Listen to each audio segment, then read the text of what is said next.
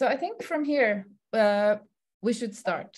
And I would like to start with the first question, which is, can you tell us about the context you're speaking from? What are the current conditions for refugees?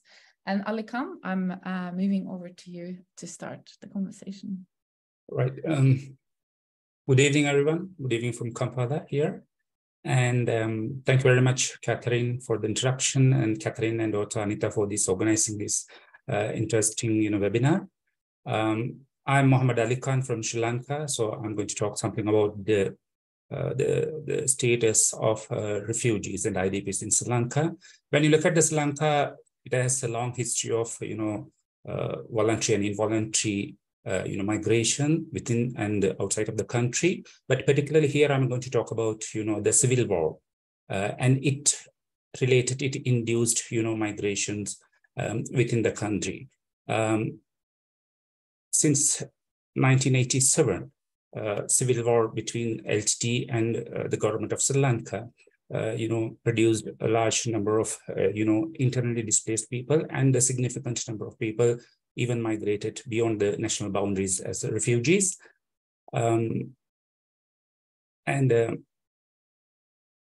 It's affected all ethnic communities, but particularly Tamils and Muslim in different ways. So here I'm going to talk about evictions, forcibly evictions of Muslims from the northern provinces by LTT in 1990, where they gave only a short period from 2 hours to 48 hours for the different, geographical locations. If you look at the northern province, it consists of 5 districts, which is Jaffna, Mullaitivu, Kirinochchi, Vaunia, and Mannar. So different locations, they give the different time slots to leave their properties, their belongings, everything. So within the short period, within the short notice and short periods, a large number of Muslims, they become refugees, and they have to leave their place where they born and grow up to a secure places. So since most of these, particularly the people from Mannar, they had connected with the Puttalam, and also when they evicted from the northern province, their options to go towards the Downs, which is they ended up in the Puttalam, where located in the western coast. Majorities are Muslims, so that kind of the ethno-religious connections was there to choose Puttalam as a destination when they were evicted, forcibly evicted. And also a small group of people, they ended up with different locations in the country, some other parts, and also some, flow beyond the national boundaries. And they selected 2 routes. One is the land from Vaunia and Anuradhapura, and ended up in the Puttalam. And a larger number of people from Mannar, they came to Puttalam via Kalpite by boat. So within the short period of time, around 75,000 of northern Muslims came towards the down and stayed there. And right now, when you look at the situations of there, we will talk about the helps and the assistance they provided later. But when we talk about the right now the conditions of, this is nearly 30 years of history. So during this 30 years of period, many changes and challenges they have faced as refugees refugees in this particular location. So during this period, most of them settled down there, and intermarriages, they have the business and the livelihood, and also they have their vote rights there in the Puttalam. So it, however, makes some tensions between the host and IDP community. And also after the war ended in 2009, the government announced the return possibilities of return, and certain segment of the group, particularly the initial IDPs and some second generations, they wanted to return their original places where they had their, properties and everything. But the return and resettlement is not that much easy as they thought, because of different type of land reconstruction, official supports, aid issues, and also the policy which government made the categorization of old IDPs and new IDPs, and the criteria to become a beneficiaries of the government offering aid projects, also challenge for these people. Although they initially had the good relationship between the host and the IDPs, gradually, because of various issues, politics and resource allocations, there's a kind of a tension has started to emerge among these groups. So yeah, I'm stopped from there, and yeah, you'll come back. Thank you, Ali Khan. I will move to Benjamin now and ask the same question. If you can tell us a bit about the context you're speaking from and what are the situation for currently for refugees. Good morning and good evening, depending on where everyone is.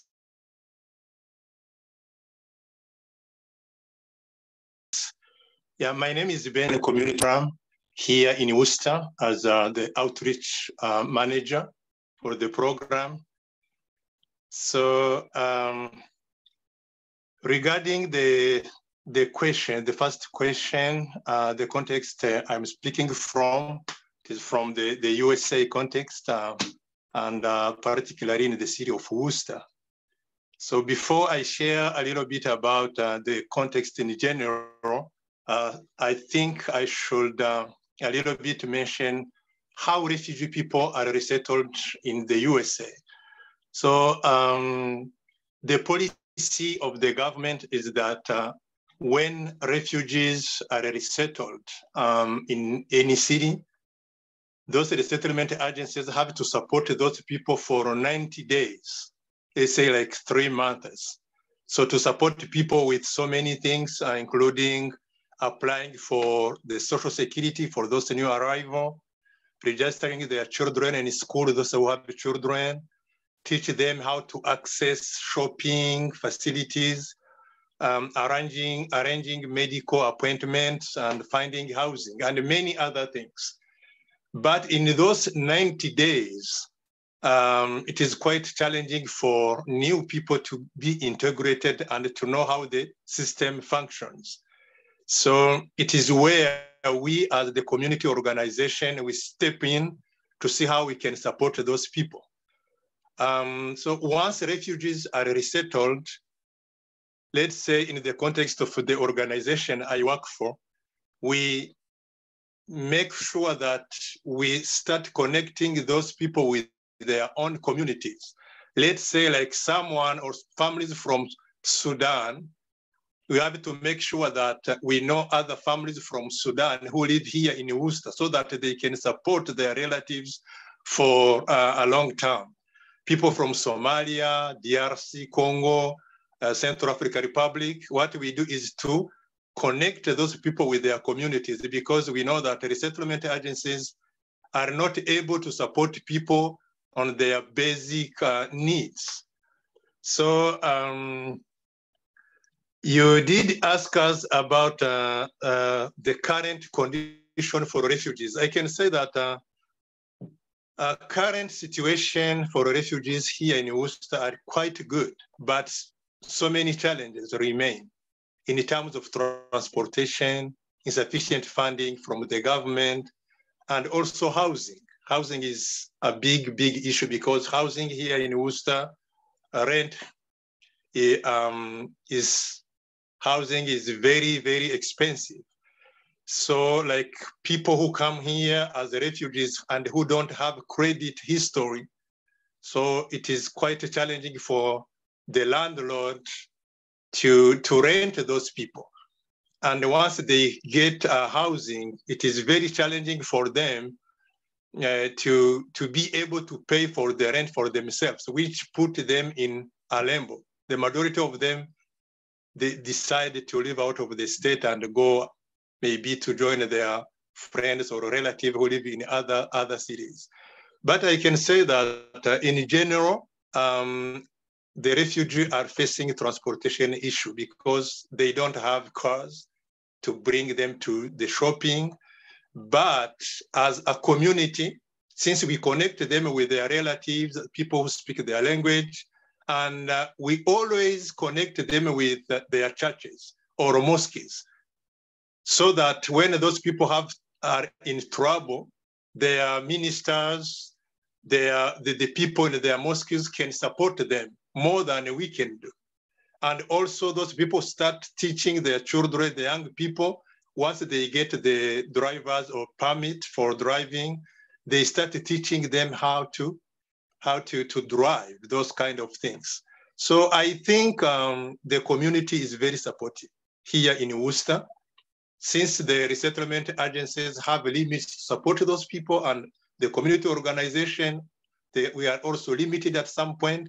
But since people have their relatives, people they share same language, they go to the same church or mosques, they do help each other a lot. Thank you. Thank you so much, Benjamin. And we will come back to develop those ideas about support in a minute. Maria, what is the situation for refugees in Lebanon? You have to be a bit closer to the computer, I think. Yeah.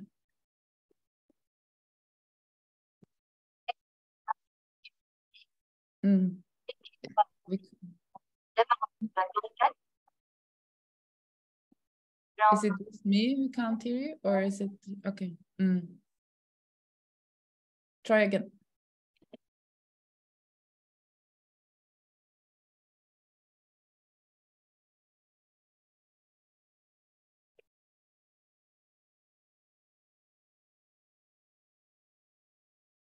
Shall we move to Emmanuel and then we will try again?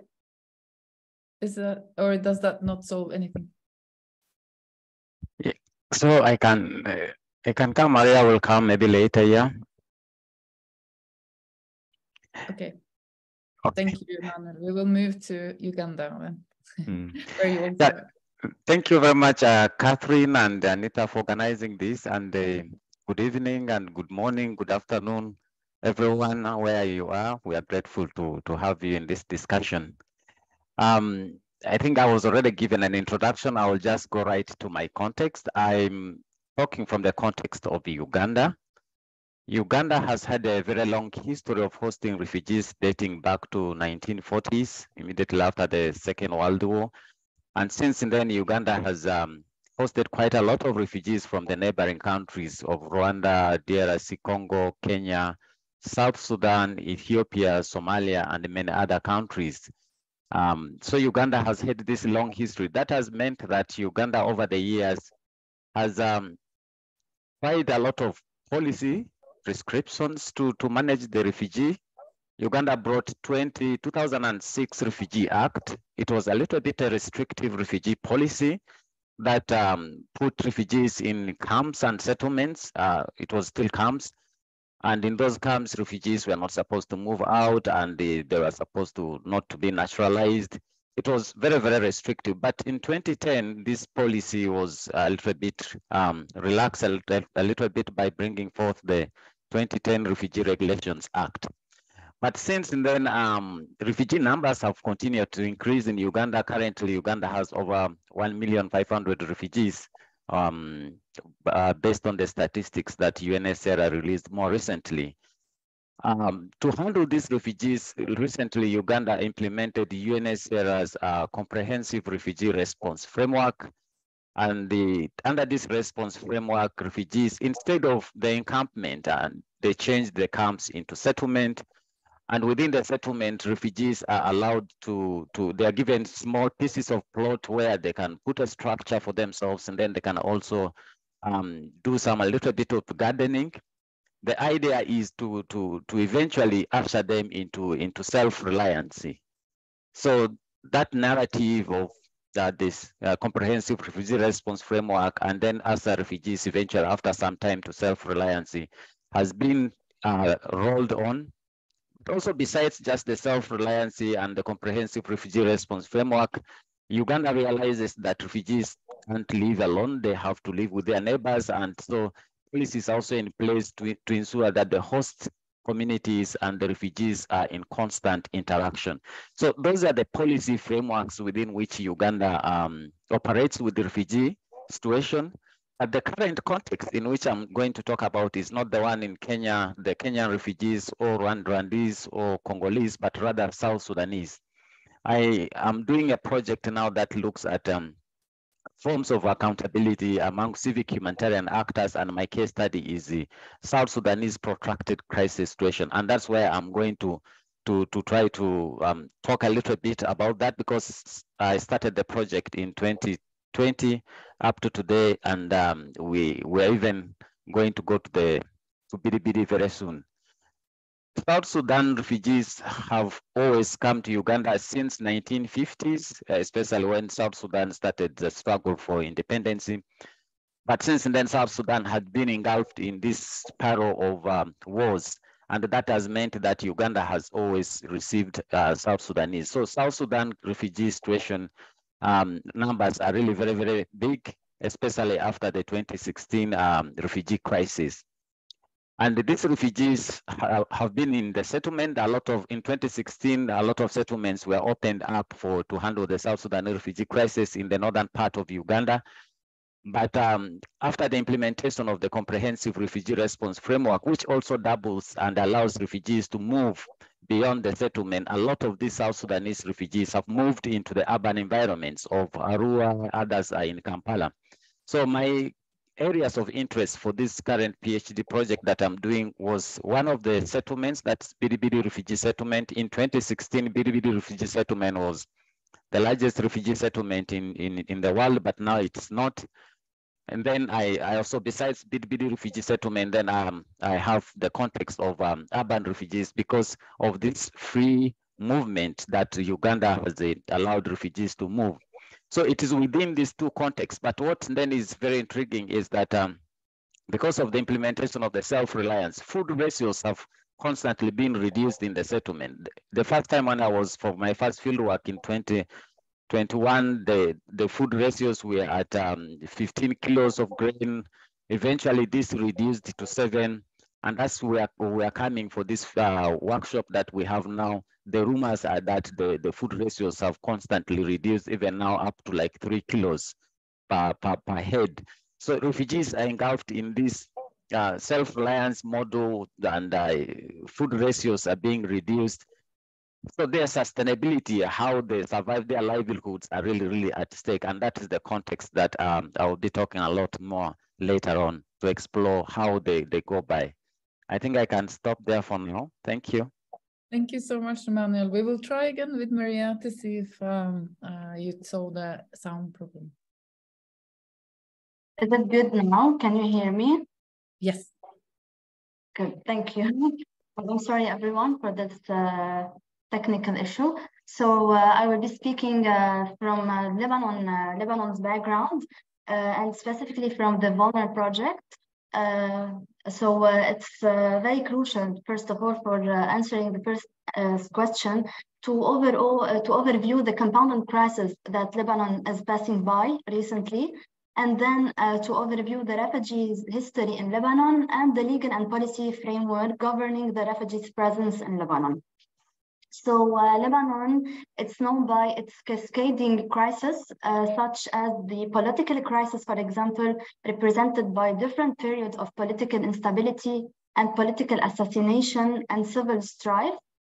In addition to the economic crisis starting 2019, that was ranked by the World Bank in the top 10, possibly top 3 most severe crisis episodes globally in more than 115 years. Of course, the COVID-19 pandemic and the lockdowns, the Beirut blast explosion in 4 August 2020, causing widespread casualties and material damages.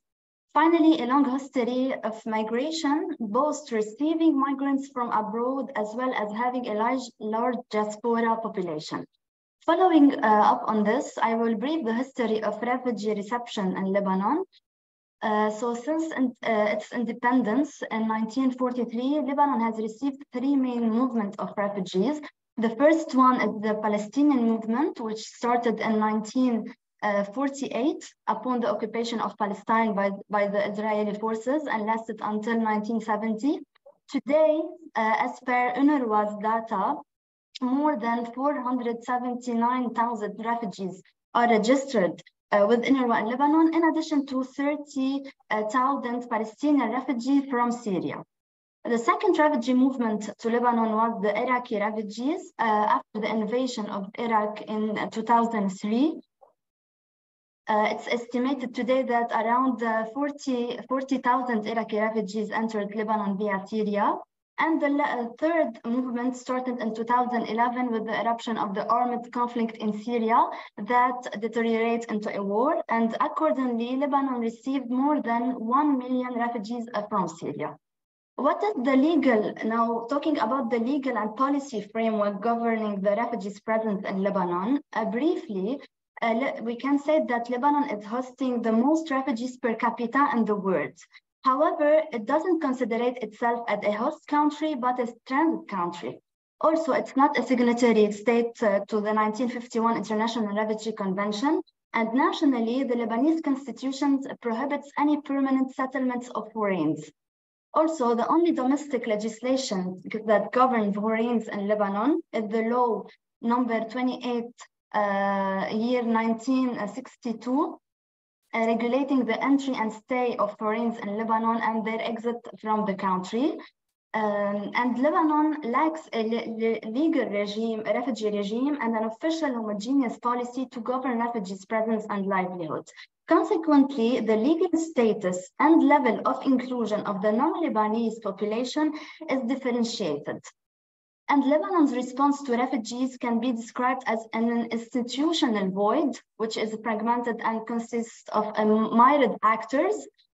And regarding the encounter of the refugees with these actors, we can briefly say that regarding the encounters with the state's institutions, across the three groups of refugees we interviewed during our partner project, which are Palestinian refugees from Lebanon, Palestinian refugees from Syria, and Syrian refugees, they shared common experiences with the encounter with governance structures, and they described it as feeling of alienation, deprivation, and non-representation. For most of them, the state institutions are not among the actors that refugees would turn to support. Now, regarding their encounter with the international and national governmental organizations, refugees face challenges of understanding eligibility for assistance, which increases the feeling of uncertainty and hence vulnerability.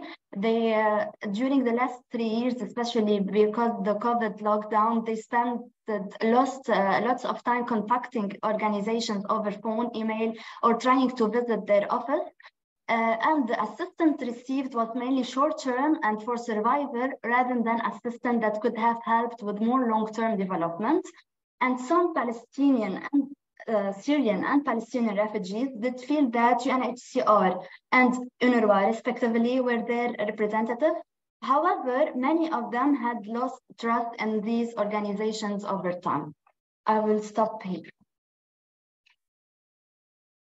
Thank you, Maria, so much. I think we can really see from this first set of responses the vast differences between the opportunities for refugee legal rights, the different relationships with the humanitarian system, and the different sorts of, length of displacement, I think, across all of the four settings that you're describing to us today. So now we already started signaling some of the things that we're really interested in, which is, what do people from refugee and displaced backgrounds actually do with regards to helping themselves and helping others? So I think we'll go the same order as we did before, and I'll start with Ali Khan and ask if you could explain to us, what do people do to support each other in the context of Sri Lanka?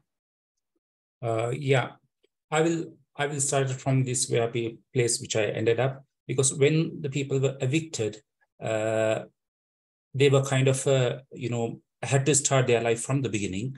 So they are not in a position to do something. So the host community where I'm talking about, this Puttalam people, that's the place where you can see the humanitarianism along with the ethno-religious consciences turns into show how they can help each others. So the host community people here played a big role at the beginning stage, at least from the time of their arrival to the first 3 months, where they announced in the mosques. So the mosques, the schools, and public, places shifted as temporary refugee centers, and the people were asked to provide from food to their initial necessaries for these people. So first 3 months, host community provide whatever they can for these people without any expectations, would I say that, because humanitarianism is playing there, and also this ethno-religious consciences.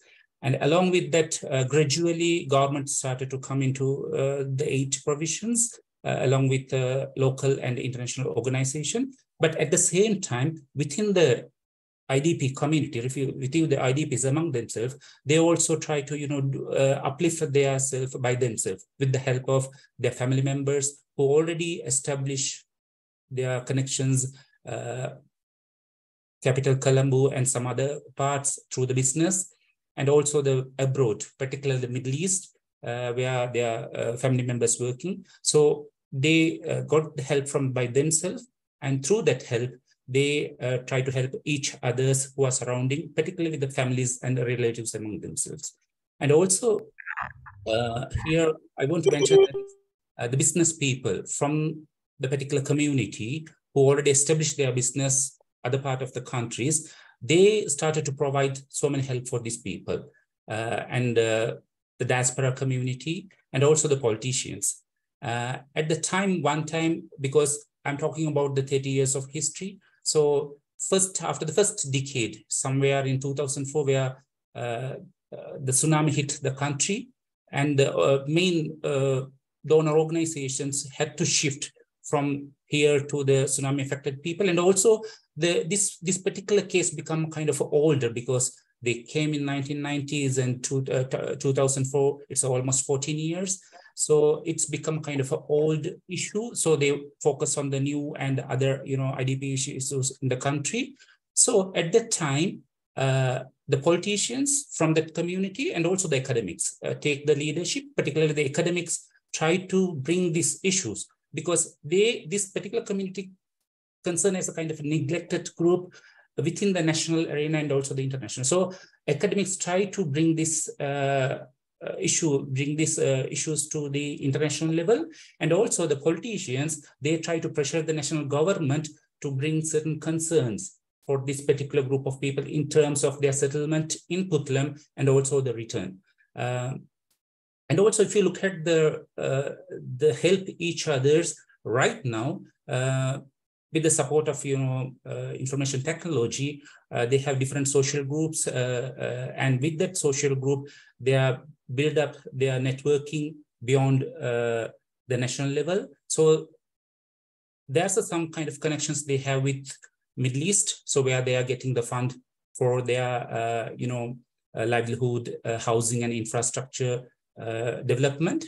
And also they have the connections with some other part of the world from the diaspora community. So where, but comparatively these other groups like Tamil diaspora, the diaspora engagement or the power of diaspora, particularly to this community, is very less, but still they have the kind of a support among each others. So overall sum up this one, if you look at 30 years, it's a different kind of help by the host and IDPX communities, and also among the host community also, there's gradual development you can observe for this long period. Yes. Thank you so much, Ali Khan. And so now I'll turn to Benjamin with the same question. And you were starting to tell us something about the support of maybe ethnic and national communities in Worcester with each other. And you told some very good stories to me. So I wonder if you could share maybe also something about the Haitian community that you were describing as well, and some of the things that people do to support each other and exercise compassion. All right, thank you, Professor Anita. Yes, I shared this with you last time when we met. In our organizations, since last year, we started welcoming Haitian community. We didn't have those people in the past. We were just focusing on other African communities because we are currently serving 15 African communities or people from those 15 countries. But since last year, we are serving the Haitian community. Currently, we have 81 families with more than 300 people in total. And these are the people who are facing a lot of issues in terms of housing, and they don't have, many of them don't have legal documents to for them to be able to look for a job. So, which make them in a very, very complicated situation. And the community here in Worcester, not just the African community, but even other people. I always go there where the majority of them are hosted in the hotel because in the hotel, they don't have enough room to like stoves to cook. So the majority of the people outside, they're the ones who bring food, clothes, and many other things. And some of them who have who got a chance to be to have like legal documents and start working, they are supporting their brothers and sisters a lot. So I was amazed. You can even visit some of the Haitian families. You can find three to families sharing the same housing because they have that kind of willingness to support for each other. And so, yeah, I know that a lot of people are willing to support Haitian people all the time when we go there or when they come to our program. There are even other community organizations who bring clothes, food, and many other things to support these communities. And the problem of refugees and immigrants, they look different depending on each family's situation. Let's say like people from not the Haitian community. The majority of people we always serve here, people who came from refugee camps, they do have a lot of children. You can even find 13 people in the household, 10 people, which makes them in a very big situation, big problem for them to find a housing because it is a very big family and the landlords, the majority of them are not willing to rent those people. So that is where we try to work hard and see how we can even split the family, those their children who are older, more than 20 years, and see how we can find housing for those older children. So as a community, as churches, mosques, we all work together to see how we can support those people. But for the Haitian community in particular, they don't have so many children, their families. So it is easier for them to house their relatives differently from what is happening from the other communities. So there is also an issue about transportation. Once our community find a job, since they don't have means of transportation, so we try to convince or to talk with other people how they can support those people to bring them to work and go pick them up until those people are able to buy their own cars and to support themselves for a long time in the future. Thank you. That also is one very fascinating context, the difference in public transportation. And maybe many of you know that the United States is the land of the car. So that puts a lot of people who don't drive at a real disadvantage. So thanks for that, Benjamin. And then Maria, I would love to know from you what people are doing within the community or between communities even to support each other in the context that you're from.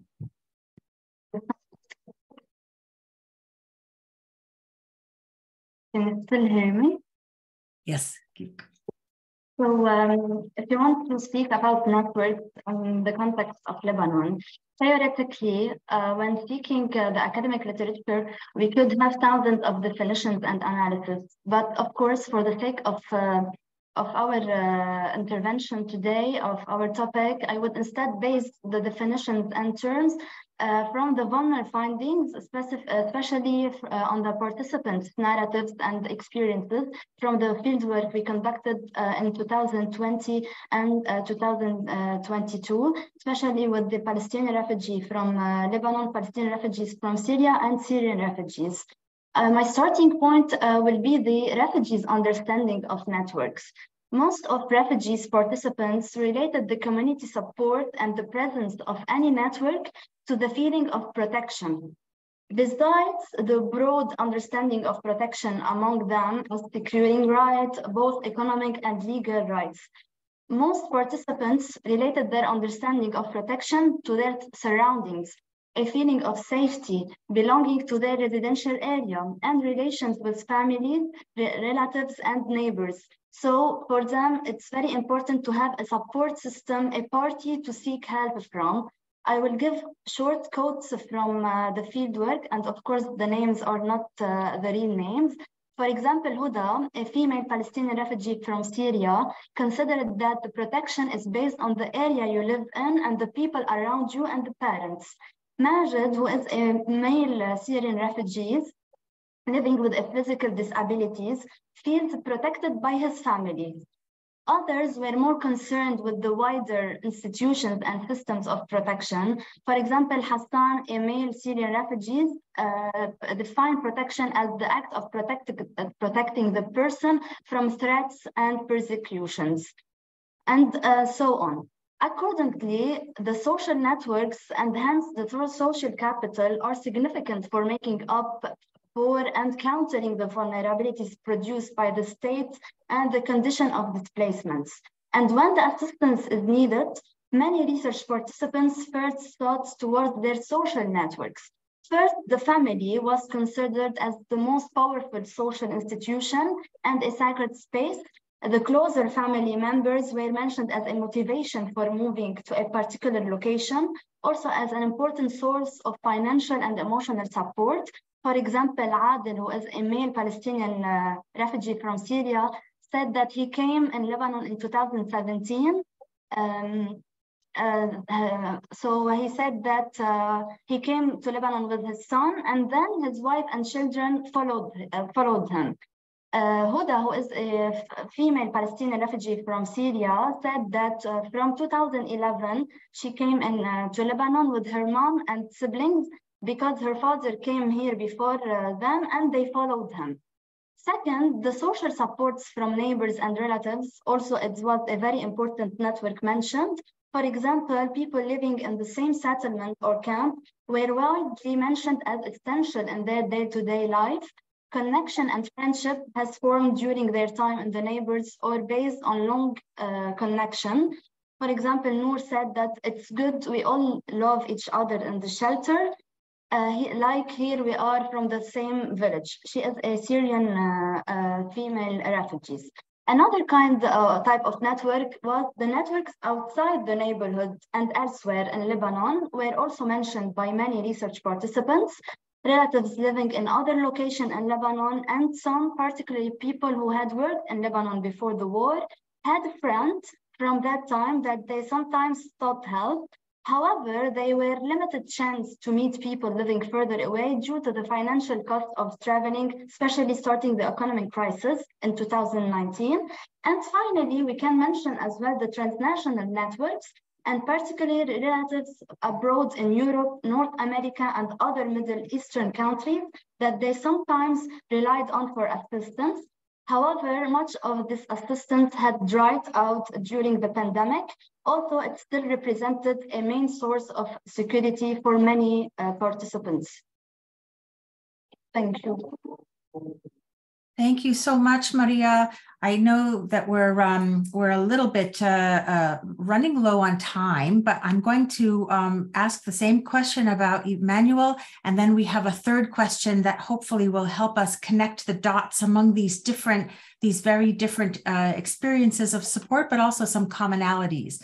So Emmanuel, would you like to tell us a bit more about what people do in the context that you are working with refugee families and communities?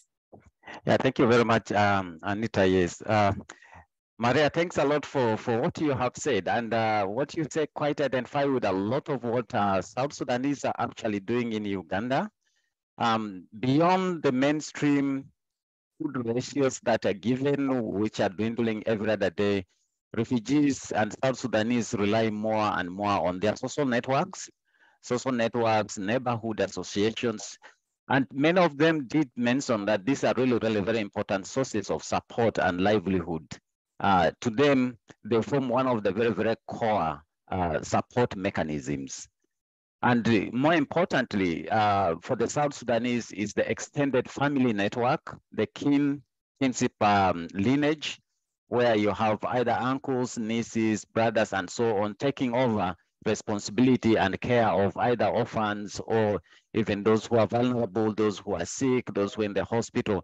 You find a lot of the South Sudanese rely on these social support networks, kinship assistance, and so on. So it's very, very pronounced for them, and they really, really value them a lot, and they try to build on those social networks.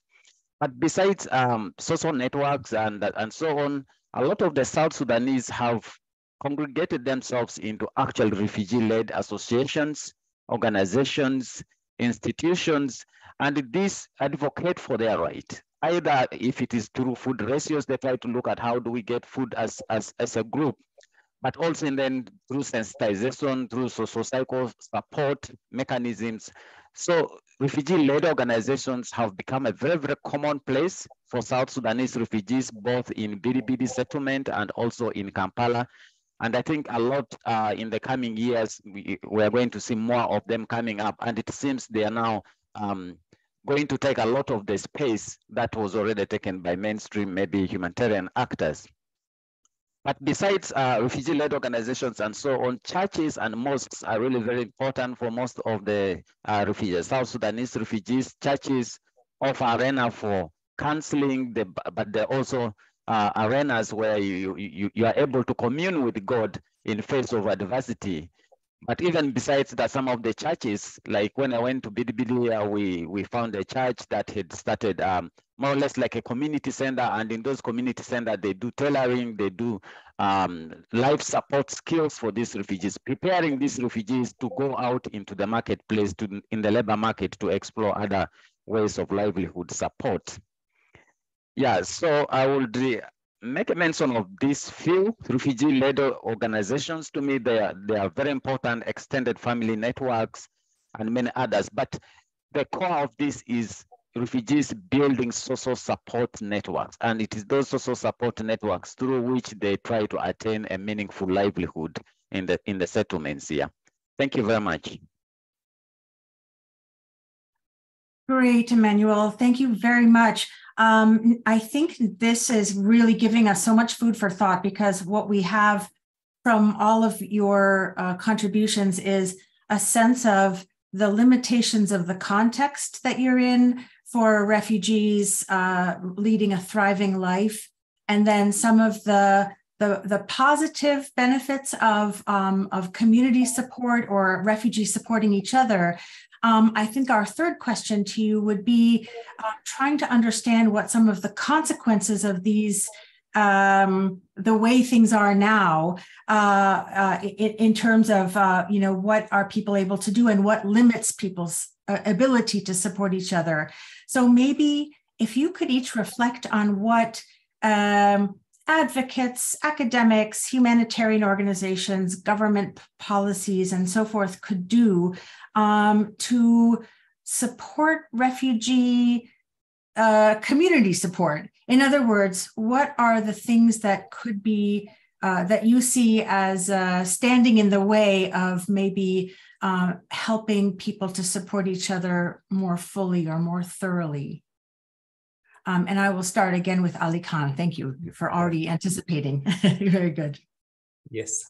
I mean, when you talk about this, the people's support, of course, always their emotionally and sentimental support is there.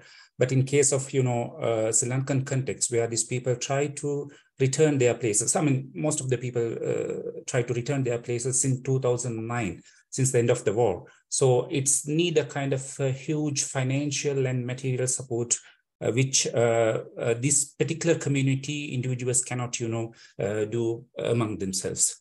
Unless they can do as usual, this emotional supports.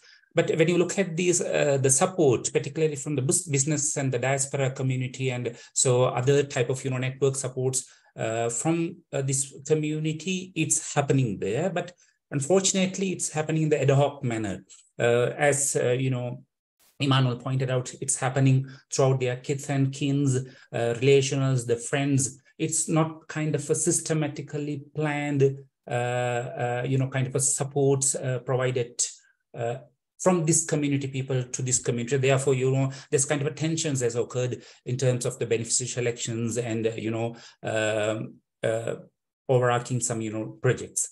And also, when you talk about these policies, how these policies or the government or the academics can,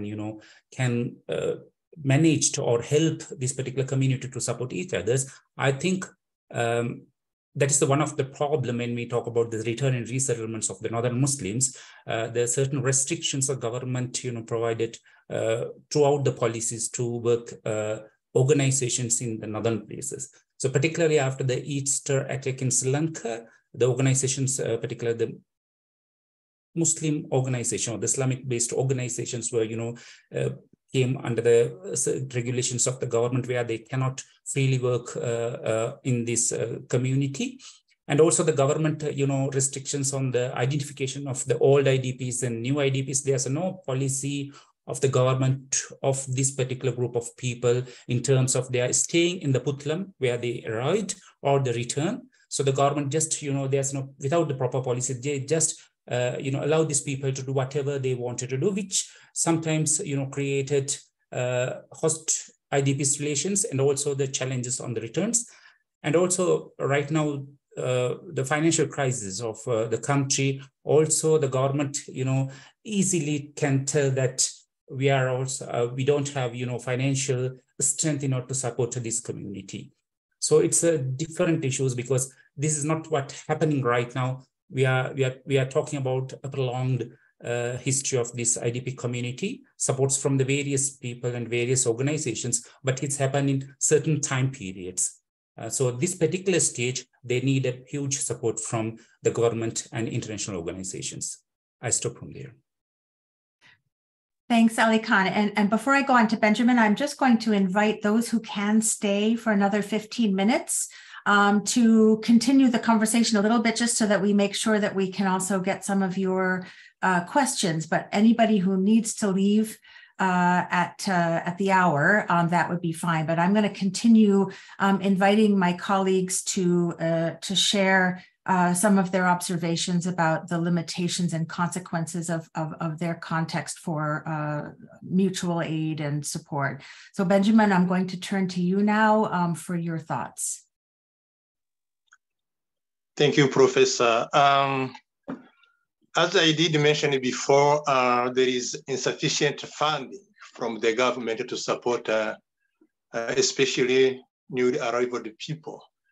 And these people are facing a lot of issues. So when they go to the new house, sometimes those housing don't have good heating systems which work good, water problems, and a lot of issues relating to the conditions of the housing those people are living in. So our point is that we always say that the government should increase funding to see how they can support these people to find affordable housing. Not all of them, but some of them are facing those kind of issues, especially in winter time. So I remember, I think it was in January, there was a family which had a lot of issues. So we were required to go to take them and bring them to the shelter where the children and the parents should stay at least for 2 days because of the heating system, water was not working, a lot of issues. So the point is that the government should increase more funding to support these people until they reach a level where they will be able to pay for the rent by themselves. And in terms of transportation, we always say that the government should review the policies about how to deliver driver's license. As Professor Anita said, here in the United States, if you don't have your own car, it is very difficult even if you are hired, if you have a job, if you don't have means of transportation to get you there. So in 1-2 days, you will be laid off. And this is making a lot of problems to our communities, and especially people who don't speak English, people from French-speaking countries, Swahili-speaking countries. So they are having issues to get the driver's license because when they go to take tests, the driving tests, it is very difficult for them because they don't understand the language, and there is no like policy to ease them to find like the testing in their own language or in French or in Swahili. So those are the challenges that we always advocate to see how the government could help those people to sustain and be able to have better life in this country. So the limitations about the community organizations and the settlement agencies are that we are not able to push the landlord to convince them to house people they think they don't have credit history. And you know, in this country, if you don't have credit reports to show that you have enough means to pay the rent, those kind of things. So those are the things we are not able to solve at all, especially about housing and transportation. But we do our best to see how those people can support each other, but we have always limitations to see how those people can be successful in the future. Thank you so much for that, Benjamin. Maria, I turn to you now about the context of Lebanon.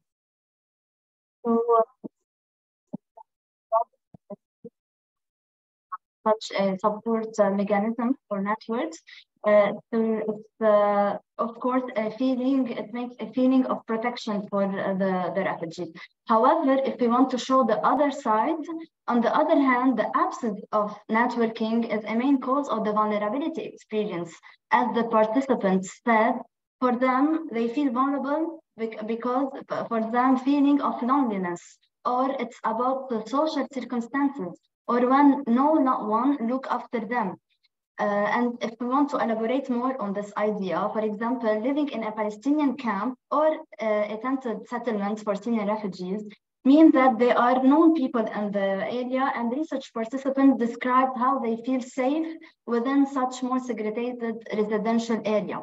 But they feel more vulnerable when they have to leave those areas. And Palestinian refugees residing in Lebanon may have more well-established local networks than Syrian refugees or Palestinian refugees from Syria. We can also mention many positive consequences of the support mechanism, which already my colleagues mentioned. For example, people with a strong network can achieve lots of things together. The social networks are an important source of information, for example, regarding legal aid, employment opportunities, education, and healthcare. It's also a very crucial emotional support for the sense of the well-being and health. Also, refugees with a stronger social network have more security and more diverse source of assistance when they are in need. And most assistance, because most of the assistance in Lebanon requires a refugee to be proactive and seek assistance. So here the social network play a vital role into facilitating the process. If you want to mention the limitation, sometimes the situation is too dire and the constraints are too much to be able to identify a positive outcome. As one of our interviewees, who is from the civil society, stated briefly that for him there is no resilience of refugees because resilience should be a choice, and they did not choose to move to Lebanon. This point is where people are not able anymore to come to adapt. Also, we mentioned also the experience is reflected among the refugees we interviews, the feeling of always being in crisis and with no future in Lebanon. Another aspect of limitation also it's a cultural aspect, the feeling of humiliation. While many people would have a network of people they could potentially rely on, some interviewees explain that would never ask relatives or friends for assistance because it's for them humiliating. Or some people can felt the bullying. They were bullied. For example, one female said to me, once I was bullied because I am psychologically sick. I was annoyed a lot. A woman told me that I'm crazy and you take medicines for that, and my psychological state was down because of this word.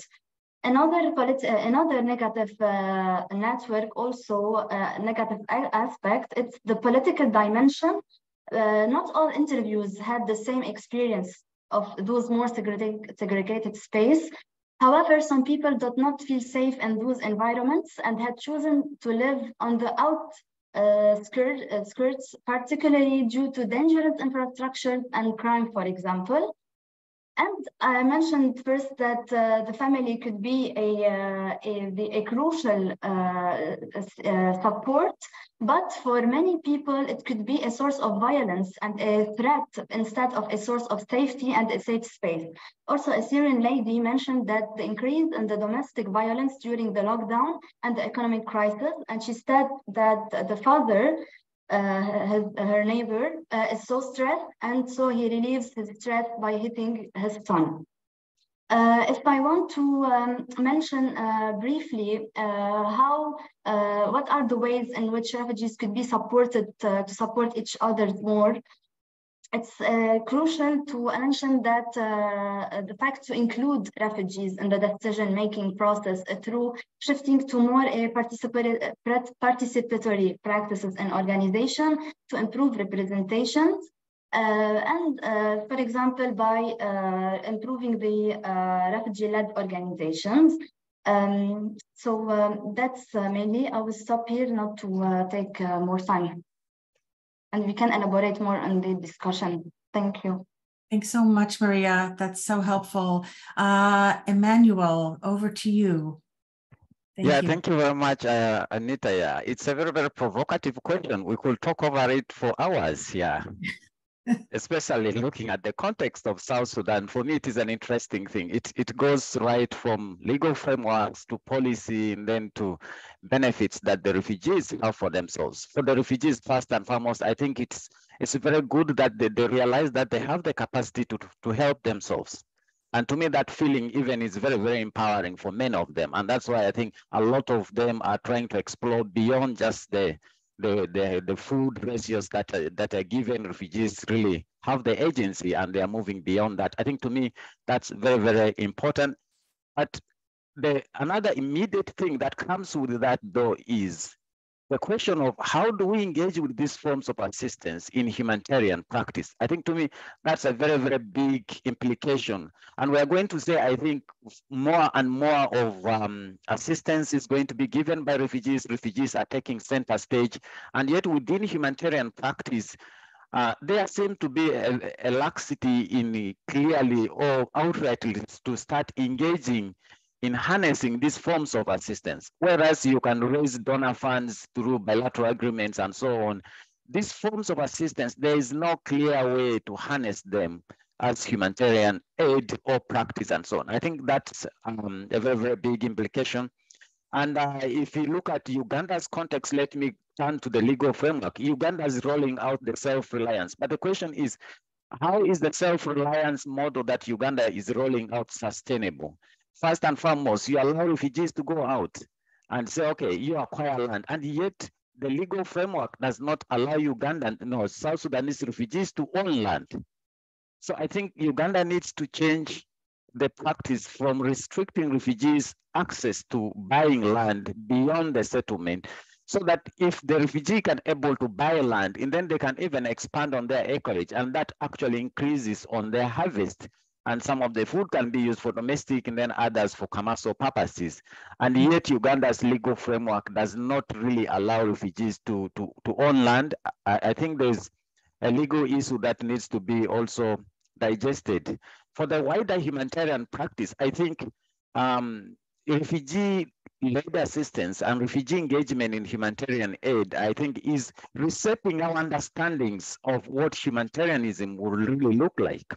What do we really understand at the core of what is humanitarianism? Maybe the boundaries of it have to be defined, redefined. We need to reconceptualize humanitarianism.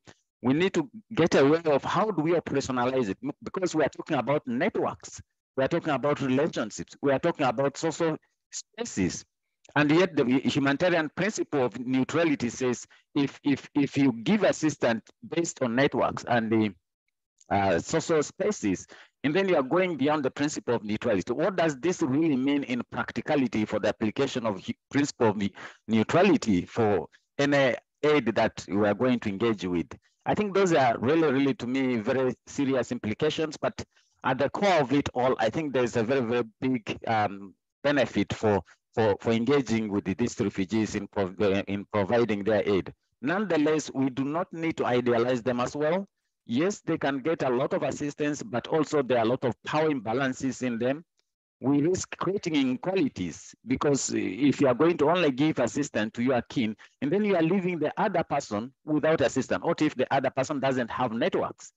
So whereas these forms of assistance, okay, there needs to be a way of charting it out so that we reduce on inequalities and also those power imbalances that can easily compromise refugee livelihoods. Yeah, thank you. Thank you, Emmanuel. I agree that we're considering quite a provocative question, and you've helped us put it in the context of this very significant transformation or pressures to transform the humanitarian sector. So I think these all interconnect with some of these questions, and I know that each of you is working in different ways on this interface between humanitarianism and refugee agency, as several of you pointed out. So now I see that Katrina has invited people to start putting questions in the chat, but we can also invite you to unmute yourself and ask the question in person to our panel here. And we're hopeful that we can really dig into a few of these issues more fully and review the similarities and differences really across the context. I think that could be quite revealing, just in terms of recognizing that context is so important, but also so are some of these broader issues, like Emmanuel pointed out, these the possibility that by empowering refugees to help themselves, we are also potentially creating some power imbalances or recreating power imbalances through this sort of self-reliance model. But I don't want to preempt the conversation. But please, if people have questions, either just jump right in or put it in the chat, and we would love to hear from you.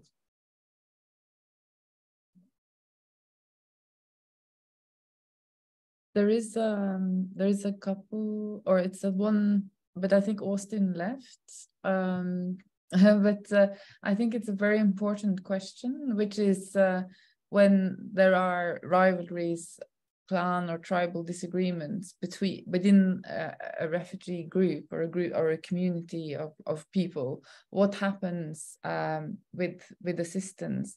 And I think you all sort of refer to, you know, power relations, exclusions, etc. And I think there is also probably an element of fear sometimes in how people are operating and supporting. So that I think it's a very important question to ask. I don't know if anyone would like to reflect on that of the panelists based in the work that you've been doing.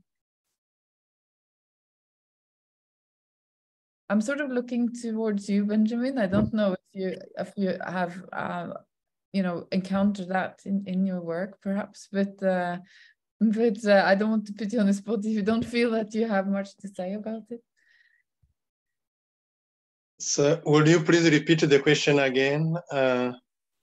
Yes, it's from Austin, who I think has left, who says that among refugees, they have rivalries or clan and tribal disagreements. What happens in terms of helping each other in such a situation? When people maybe are scared of each other, or there are conflicts within the group, etc., what happens in those situations? I mean, also there is sometimes, you know, parties representing different part of a conflict that live, you know, they're from the same country, they live as together as refugees, but they might still have these kinds of tensions within the group, perhaps. All right. Okay. Thank you so much for the question. Yeah. I had one of my colleague mentioning about some of the issues people are facing because of their religious belief. I think he's our friend from Sri Lanka. But I have been working with this organization for 8 years now. But I never had any issues related to religious belief or people who had issues back home having problems when they get here. But that doesn't mean that people have conflicts. Someone from Central African Republic can have a conflict with his or their neighbors who is from South Sudan or Somalia.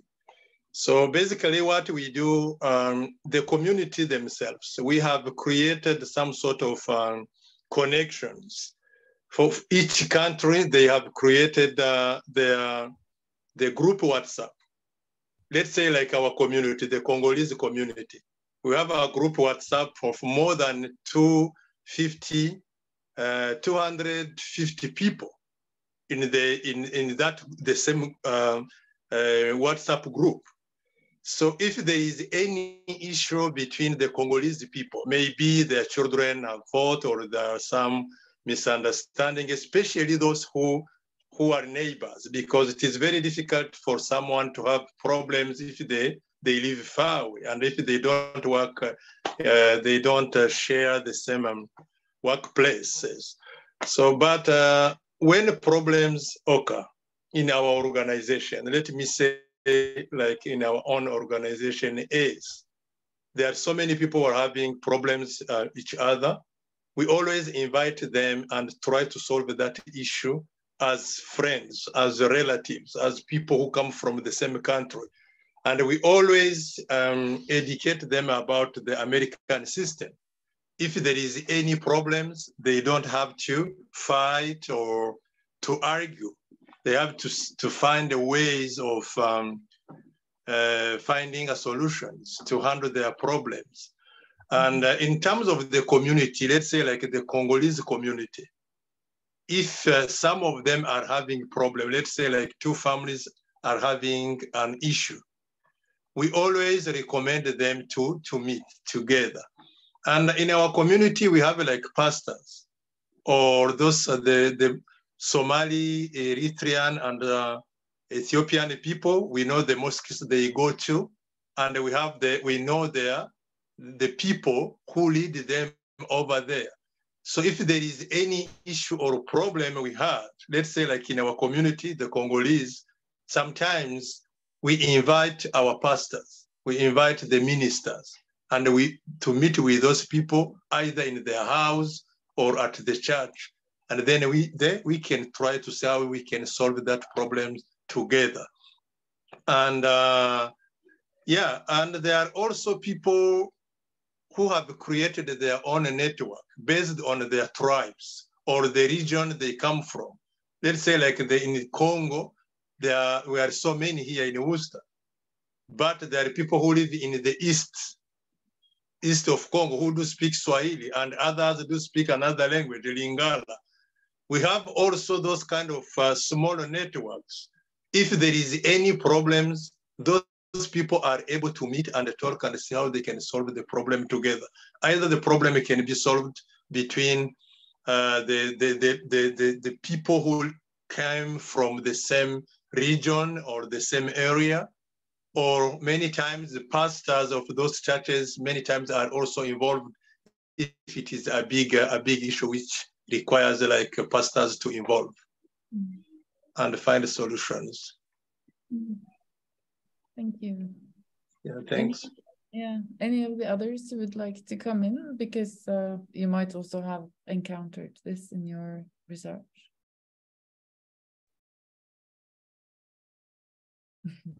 Yeah, Alikan and Maria. Okay, let me come over and then Maria, you will join. A very quick one.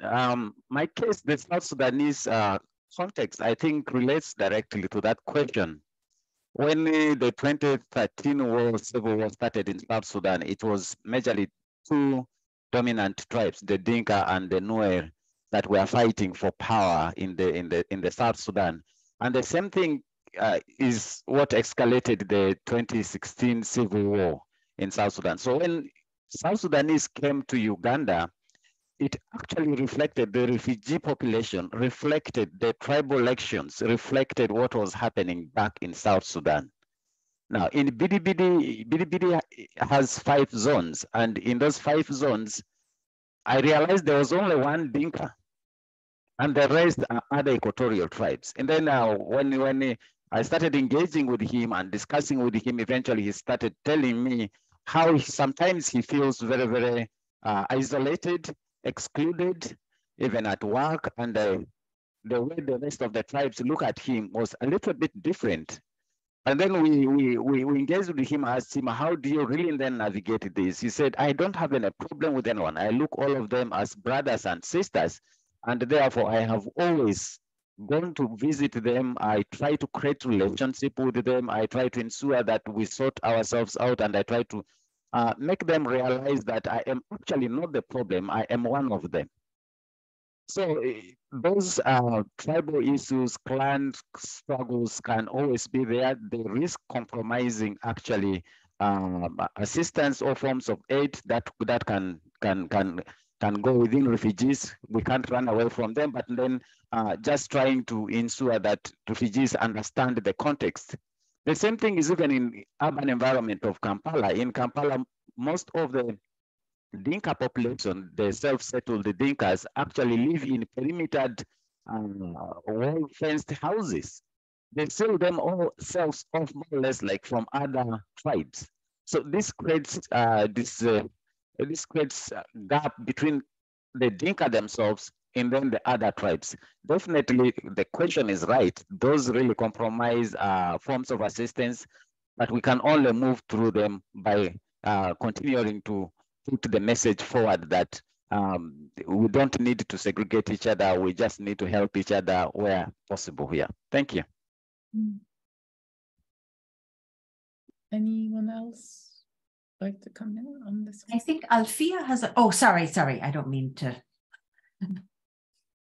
Yeah, I mean, I will give a kind I do. reflection. Do you hear me well? Sorry, I'm living in public space and it might be a little noisy.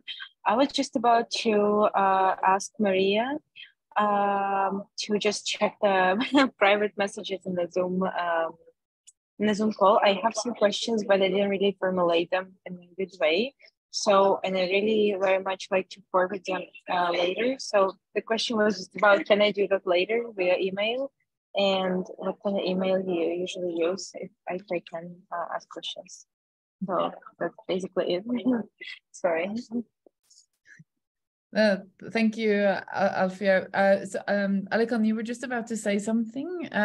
So if you had something, and then we will move to Maria, and then we can do a little reflection, I think, at the end. Yeah, I'll end up this very quickly, because when you look at the Sri Lankan context, the case study which I'm shared with you, I mean, we have more commonalities rather than differentiations. The way in which the people were evicted in terms of ethnic, religion, and linguistic, they are very similar. But the one and only differentiation is, I mean, although they are coming from northern province, they are coming from the 5 districts. So when you put overall, they are kind of a one group of people, but in certain times when they take about the decisions, for example, in the decision on return, we can observe kind of differentiations based on their region. And also, I mean, throughout the discussions, I mean, as we find out that in terms of aid provisions and help each others, the priority always goes to their own group of people. So starting from their families, relatives, and if there's something remaining, only that goes to the donor. So the power relations and these relations things playing a significant where bring kind of differentiations when you look up at the district wise. Other than that's I mean, there's no kind of a clan related disagreements here. That's what I want to point out. Thank you, Alikan. Maria, did you have anything to come in on this one? So first, Stephen, for not sending a message. I'm sending you privately my email for the further communication later on. And regarding I already mentioned during the intervention, the negative dimension of the networks.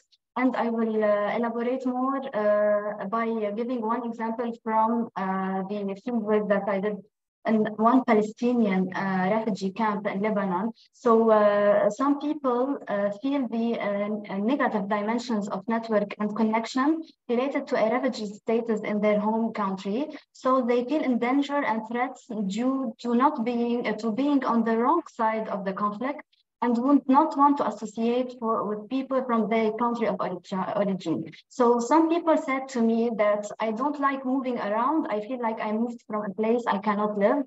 Some people prefer to stay in their house and not to move around. And some people mentioned also some discriminations from the Palestinian refugees, or from Syrian refugees, or from Lebanese people. So overall, these feelings will increase the experience of vulnerability. They will more feel lonely, and not to have a support system besides them to seek and support them to encounter and to move forward. So that's a part of an encounter of the topic related on the question raised. Thank you. I think it's time to start fiddling it all together. I think it's been what I find very interesting in all the 4 situations that you are speaking from. For me, it's really this focus on helping people of my own group in a way. Like it's very kind of based on linking up with people you feel safe with. That's very much related to a particular example of a proximity to a group in a way, and I think it's also somehow a limitation somehow of the way that people can help each other, and some of you have touched upon the way that more organized, there's need to maybe organize more, but also the restrictions in the society for that. Anita, I don't know if you have any kind of reflections on this, or where we would want to kind of end this. I'm just, I've taken copious notes, and I think one of the interesting things for me is the role of diaspora communities, who are, of course, part of people's networks, but at the same time are not physically located and can't, there's also, we know from our long understanding of diaspora communities, sort of levels of guilt and feelings of suspicion, maybe sometimes on people who want to come and help even from outside of the conflict zone. But I think only two, maybe Ali Khan mentioned and Maria. So it would be really interesting to think more about how diaspora networks are part of community support. And then I was quite interested in Benjamin's point about some sort of cross-group support and connection. That was very interesting. Worcester has a very different context, and people are legally, there are a number of legal agencies that support refugees, but this community to community across ethnic differences was very interesting to me. And then finally, I think Emmanuel's point was really, really important. As much as we encourage mutual support, we know that there are some downsides, as the question from Austin pointed out. And so how do we create this sort of more opportunities, more robust ways to involve refugees in decision-making of the sort of larger support systems? I think that, to me, is the intersection or the interface of community support, where these arrangements are more visible to the humanitarian agencies and more can be shaped, can help shape the humanitarian outreach in a way that's more robust and maybe addresses some of the concerns that others were raising about suspicion and fear among social networks, or the tendency to help people who are close to you rather than helping people in a broader way. So maybe that's something to continue talking about, how to support and reinforce and those sorts of inclusion, the inclusionary mechanisms. So I talked too much here, but perhaps Katrina, if you want to wrap it up, and I will share also some websites from all of our agencies and organizations so that people who are interested can follow up directly with the projects and the research centers and the agency. So I'll put that in the chat, and Katrina will wrap us up, I think.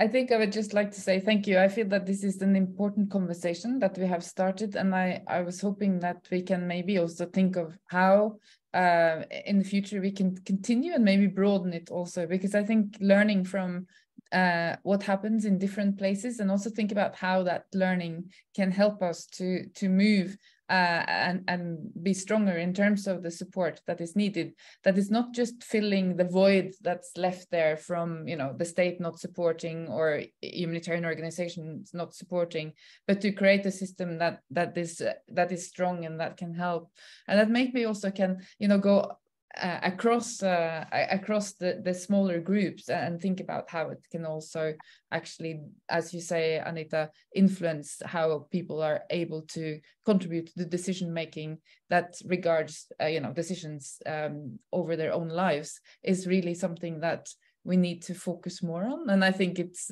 really been very interesting to hear how that is happening.